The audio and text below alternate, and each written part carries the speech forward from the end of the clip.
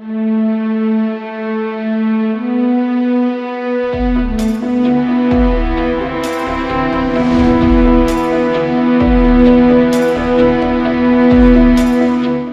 Of Islam நேயர்களுக்கு பல்வேறு நடப்பு நிகழ்வுகள் மற்றும் செய்திகளை, அதனுடைய பின்னணிகளை காணொளிகளாக வழங்கி வருகிறோம். இன்றைய நம்முடைய நிகழ்ச்சியில் இணைந்திருப்பவர் சகோதரர் வினோத் ஆறுமுகம் அவர்கள். அவர்கள் கணினி தொழில்நுட்பம், இன்றைய சமகால சூழலில் அது எதிர்கொள்ளும் பிரச்சனைகள் ஆகியவற்றை பற்றிய ஒரு ஆலோசகராகவும் வல்லுநராகவும் இருந்து வருகிறார். அவரிடம் நம்மிடம் கேட்பதற்கு நிறைய கேள்விகள் இருக்கின்றன. இந்த துறை குறித்தான தொழில்நுட்ப வல்லமை என்பது நமக்கு இல்லை என்ற போதிலும், ஒரு பார்வையாளனாக நமக்கு எழுகின்ற பல சந்தேகங்களை நேயர்களின் சார்பாக முன்வைக்க விரும்புகிறோம். ஐயா வணக்கம், நல்லா இருக்கீங்களா? வணக்கம், மகிழ்ச்சி, நல்லா இருக்கேன். நல்லா இருக்கேன். உங்களுடைய முகநூல் பதிவுகள் இப்போ சமீபத்தில் நீங்கள் கலந்து கொண்ட நிகழ்ச்சிகள்லாம் உங்களுடைய சமூக ஊடகங்கள் வாயிலாக நாங்கள் பார்வையிட்டு வரோம். பல பேர் பார்வையிடுற பல பேரோட நானும் ஒரு ஆளுன்னு வச்சுடுங்களேன். இப்போ இப்போ அதிகமாக மக்களுக்கு எழுகிற ஒரு கேள்வி அல்லது சந்தேகம் என்னன்னா, இப்போ நம்ம இப்போ ஃபோனை திறந்தாலே நீங்கள் எச்சரிக்கையாக இருங்க, உள்துறை அமைச்சகம் கொடுக்குற எச்சரிக்கை, நீங்கள் யாராவது உங்கள்கிட்ட நீதிபதிங்கிற பேரில் பேசப்படலாம், அதெல்லாம் நீங்கள் பொருட்படுத்த வேண்டாம், அவர்கள் ஒரு ஃபேக்காக இருக்கலாம் இப்படின்னு சொல்லப்படுது. இதை கொஞ்சம் முன்னாடி கூட நம்முடைய பிரதமர் கூட அவர் டிஜிட்டல் அந்த அந்த அரெஸ்ட்டுங்கிறது நம்ம இதில் இல்லை, அதனால யாரும் அதை பற்றி பயப்பட வேண்டியது இல்லைங்கிற மாதிரிலாம் புதுசு புதுசாக ஒன்று சொல்கிறாங்க ஐயா. இதை பற்றி தங்களுடைய ஒரு ஒரு விளக்கத்தை நேயர்களுக்கு கொடுக்கணும் ஐயா. இப்போ இந்த டிஜிட்டல் அரெஸ்ட் அப்படிங்கிறது நம்ம இவ்வளவு பேசுறோம். ஒரு 2 வருடத்துக்கு முன்பு இருந்து நாங்க பேசிக்கிட்டு இருக்கோம். இவ்வளவு பேசி கொஞ்ச நாள் முன்னாடி கூட நான் ஒரு கருத்தரங்குல கூட கலந்துக்கிட்டேன். மீடியாவுல பேசணும். இப்ப அந்த போன்ல நீங்க சொன்ன மாதிரி வருது. இதெல்லாம் நடந்த அப்புறமா கூட நேத்து ஒரு சாஃப்ட்வேர் இன்ஜினியர் சுமார் 25 லட்சம் ரூபாய் வரைக்கும் ஏமாந்திருக்காங்க. அதாவது நான் சொல்றது எப்பன்னா, இவ்வளவு பரபரப்புகளுக்கு பின்பு செய்திகள் எல்லாம் பேசுறாங்க, எல்லா இடத்துலயும் கருத்தரங்குல பேசுறோம், முகநூல்ல எழுதுறோம், வாய்ஸாவே வச்சுட்டாங்க, மொபைல் போனை நீங்க டயல் பண்ணா. இதெல்லாம் நடந்த இவ்வளவு பரபரப்புலயும் ஒருத்தர் அதுவும் திரும்பியும் நான் சொல்றேன், படிச்ச ஒரு மென்பொருள், இப்ப ஒரு மென்பொருளாளர்னா அவருக்கு இந்த தொழில்நுட்பம்லாம் தெரியும் இல்லையா, அவரே இதுல ஏமாறுறாரு போது இந்த ஆபத்தை நீங்க புரிஞ்சுக்க முடியும், மக்கள் எல்லாருமே புரிஞ்சுக்க முடியும். இது ஒரு இது ஏன் சிக்கல் ஆகுதுன்னா, ஒவ்வொரு முறை ஏமாறுகிறவர்கள் பொதுவா இந்த ஓடிபி ஸ்கேம்ல எல்லாம் 500 ரூபாய் 1000 ரூபாயில இருந்து சில 1000 ரூபாய் 80,000 1 லட்சம் ரூபாய் வரைக்கும் ஏமாறுவாங்க. ஆனா இந்த டிஜிட்டல் அரெஸ்ட்ல பாத்தீங்கன்னா ஒவ்வொரு முறையும் அது பல லட்சங்களை தாண்டுது, லட்சங்கள் கோடிகள் வரைக்கும் போகுது. அப்ப ஒரு இந்தியா முழுக்க இவ்வளவு பணத்தை திருட ஆரம்பிச்சாங்க அப்படின்னா, மெல்ல மெல்ல மக்களுக்கு டிஜிட்டலை பயன்படுத்துவது மேல ஒரு பயம் வர ஆரம்பிச்சிடும். ஐயோ இது நம்ம டிஜிட்டலின் வளர்ச்சி அப்படிங்கிறது நாட்டுக்கு தேவையா இருக்கு. அப்படி மக்கள் வர்றது பயப்பட ஆரம்பிச்சுட்டாங்கன்னா, அது கிட்டத்தட்ட ஒரு நாட்டினுடைய பொருளாதாரத்துல தாக்குனா மாதிரி தானே. அப்ப இப்ப இந்திய அரசுன்னே இல்ல, பொதுவா உலகம் முழுக்கவுமே டிஜிட்டல் பரிவர்த்தனைகளை நோக்கி நகர்ந்துகிட்டு இருக்காங்க. இந்தியா கொஞ்சம் முன்னாடி வந்துட்டோம். அப்படி எடுத்துக்கிட்டீங்கன்னா, சைபர் கிரைம்கள் அதிகமாச்சுன்னு வச்சுக்கோங்களேன். மக்கள் பயந்து இந்த தொழில்நுட்பத்தை அப்படியே பயன்படுத்துறதை நிறுத்திடுவாங்க. ஓகே. அப்ப இவ்வளவு இன்ஃப்ராஸ்ட்ரக்சர் முதலீடுகள் எல்லாமே ஆபத்துல போய் முடியும். நமக்கு தொழில்நுட்பத்துக்கு அடிமையாக வேண்டாம் அப்படி நான் சொல்லல. நீங்க எல்லா தொழில்நுட்பத்துக்கு போய் அடிமையா அப்படி சொல்ல.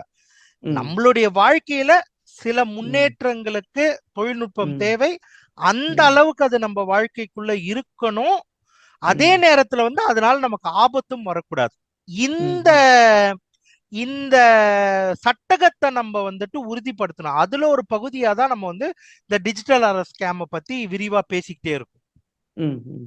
சரி, இப்போ நம்ம சொல்றோம். அப்ப நம்ம இதுல நம்ம என்ன புரிஞ்சுக்க முடியுதுன்னா, என்னால இது வெறுமனே ஒரு மோசடி மட்டும் இல்ல, நம்ம நாட்டுடைய அந்த வளர்ச்சியை தடுக்கிறதுக்கான ஒரு முயற்சியா கூட இருக்கும்னு அதை புரிஞ்சுக்கலாமா ஐயா?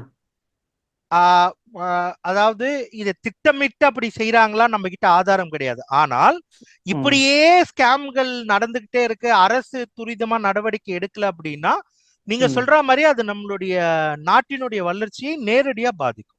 இந்த டிஜிட்டல் லாக் இந்த டிஜிட்டல் லாக் அந்த மாதிரி விஷயங்கள்லாம் இப்போ இதுல வந்து இதை வந்து மக்கள் எப்படி இதுல இப்படி உதாரணத்துக்கு இப்படி தனக்கு ஒரு அழைப்பு வந்து அதை தவிர்த்துக்கலாம். ஒருவேளை அப்படி ஏதாவது அவங்களுக்கு வர்ற மாதிரி இருந்தா அவங்க என்ன மாதிரி நடவடிக்கை எடுத்துக்கணும்? அவங்க நடவடிக்கை இல்ல, முதல்ல நீங்க நம்ம உறுதியா என்ன பண்ணணும்னா, சைபர் ம் கிரைமை பொறுத்த வரைக்கும் அது வந்து ஒரு ம் எய்ட்ஸ் மாதிரி தான். ம் வர்றதுக்கு முன்னமே நீங்க தடுக்கணுமே தவிர, அதுல ம் போய் மாட்டிக்கிட்டீங்கன்னா அதனுடைய பாதிப்புகள்ல இருந்து மீள்வது மிக கடினம். பணம் ஓகே. போயிடுச்சு அப்படின்னா ரொம்ப ம் ரொம்ப கடினம். ஏன்னா நிறைய ம் பேர் வந்து Facebookல எனக்கு வந்து மெசேஞ்சர்ல சொல்லுவாங்க, சார் ஹெல்ப் பண்ணுங்க ம் ஹெல்ப் பண்ணுங்கன்ட்டு. நீங்க ஒரு விஷயத்த ம் புரிஞ்சுக்கணும். நீங்க ம் பணம் பறி போயிடுச்சுன்னா ம் போலீஸால அதை ரெக்கவர் பண்றதே ரொம்ப கஷ்டம்தான். புரியுது. அப்படி ம் என்னும் போது என்னை மாதிரியான இந்த மாதிரி சைபர் எஜுகேட்டர்ஸால ஒண்ணும் பண்ண முடியாது. புரியுது. நம்ம பணம் போயிடுச்சுன்னா அதுக்கப்புறமா அது மீட்பது ரொம்ப ரொம்ப கடினம். இத முதல்ல மக்கள் புரிஞ்சுக்கணும். இது வந்து ஓகே. ஒரு பிக் பாக்கெட் அடிச்ச மாதிரியோ இல்ல வந்து திருடிட்டு போன மாதிரி கிடையாது. அங்க போலீஸ் ம் ஏதோ ஒரு கைரேகை ஏதோ ஒன்னு பின்தொடர்ந்து போய் அவங்கள பிடிச்சு அந்த பணத்தை மீட்பதற்கான வழிகள் இருக்கு. இங்க ம் வந்து அந்த வழிமுறைகள் குறைவா இருக்கு. பணத்தை ம் ம் மீட்டு ம் இருக்காங்க சைபர் கிரைம் போலீஸ், ஆனா அது பெரிய வெற்றியை எல்லாம் கொடுக்கல. கொடுக்கல. நம்ம கிட்ட எப்படி சொல்றது, பெரிய பர்சன்டேஜ் நம்மளால வந்து மீட்க முடியல. அதனால ஓகே. ம் சைபர் கிரைமை பொறுத்த வரைக்கும் நம்ம இந்த மாதிரி விழிப்புணர்வா எச்சரிக்கையா இருந்து தடுக்கிறது தான் முதல் வேலையா நம்ம பார்க்கணும். ஓகே. ஓகே. மக்கள் எப்பவுமே அந்த இதுல இருக்கணும். ரெண்டாவது ம் வந்துட்டு ம் மாதிரி அழைப்புகள் வருது, அதை கட் ம் பண்ணிடலாம். நமக்கு சந்தேகமா இருந்த அழைப்புகள் கட் பண்ணலாம். ஒருவேளை நம்ம பேசிட்டா கூட ம் எந்த ஒரு நேரத்திலயும் சந்தேகமாக இருக்கு அப்படின்னா இரண்டு விஷயங்களை நீங்க செய்யவே கூடாது. ஒண்ணு, ம் ம் அவங்க ஏதாவது லிங்க கிளிக் பண்ண சொன்னா பண்ணவே கூடாது. ஓகே.